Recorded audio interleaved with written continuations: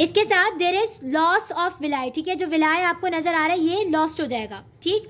तो एट्रोफी मिलेगी, villous atrophy मिलेगी और इंक्रीज इंट्राएपिथेलियल ल्यूकोसाइट्स मिलेंगे। इसके साथ साथ यहाँ दिखाया हुआ है इंक्रीज माइटोसिस, माइटोसिस भी साथ साथ बढ़ेगा और क्रिप्ट इलोंगेट होती जाएगी, यानी डेप्थ इसकी बढ़ती जाएगी। तो ये इसकी हिस्टोपैथोलॉजी में हमें मिलता है। सही है। फर्दर इसके अंदर और क्या लिखा हुआ है ये भी हम देख लेते हैं कि इसकी डायग्नोसिस के लिए खाली हिस्टोपैथोलॉजी ही ज़रूरी नहीं होती, बल्कि इसके साथ सीरोलॉजी भी होनी चाहिए। सीरोलॉजी में आपके क्या क्या आ जाते हैं, 3 टाइप के एंटीबॉडीज़ हैं जो आती है। एक होती है एंटाई ग्लाइडन एंटीबॉडी, एक होती है एंटाई एंडोमाइसियल एंटीबॉडी और एक होती है एंटाई टिश्यू ट्रांसग्लूटामाइनेज एंटीबॉडीज़, ठीक है। तो ये 3 एंटीबॉडीज़ हमें मिल सकती हैं। इसके बारे में हम क्लिनिकल फीचर्स में पढ़ेंगे, ठीक।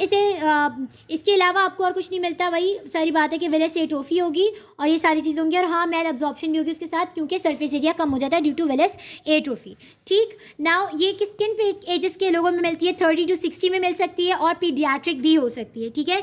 वो पेशेंट्स जिनमें पॉजिटिव सीरोलॉजी मिल रही हो लेकिन और विलस एट्रोफी भी हो, but there are no symptoms, तो वो क्या कहलाती है, they have silent coeliac disease. और कुछ पेशेंट्स होते हैं जिन्हें लेटेंट सीलिएक डिजीज़ होती है, वो कैसे पेशेंट्स होते हैं जिनमें पॉजिटिव सीरोलॉजी होती है, पॉजिटिव सीरोलॉजी नहीं होगी, खाली विलस एट्रोफी होगी, ठीक है। सीलिएक डिजीज़ किसके साथ एसोसिएटेड हो सकती है, क्रॉनिक डायरिया, ब्लोटिंग और फैटीग के साथ, ठीक है, और मेल एब्जॉर्प्शन वगैरह के सिम्टम्स ही मिल जाएंगे।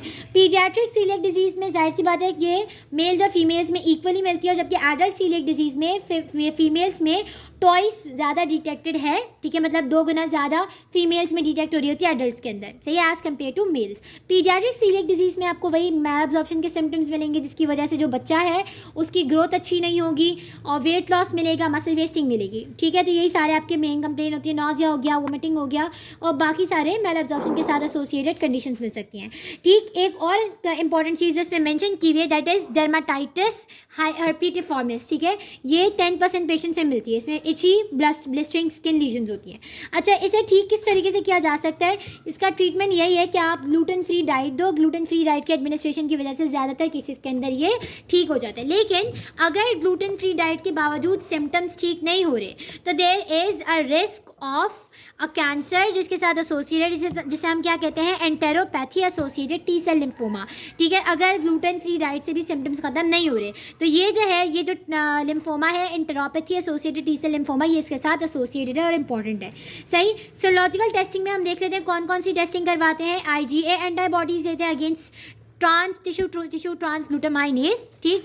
IgA एंटीबॉडीज़ होती हैं एंटी इंडोमाइसियल एंटीबॉडीज़, और जिनके अंदर IgA की डेफिशिएंसी होती है तो उनमें हम IgG एंटी टिश्यू ट्रांसग्लूटामाइनेज एंटीबॉडीज़ देख रहे होते हैं, ठीक है। और इसके लिए हम HLA DQ2 और DQ8 भी चेक कर सकते हैं, ठीक है। So this was all about coeliac disease.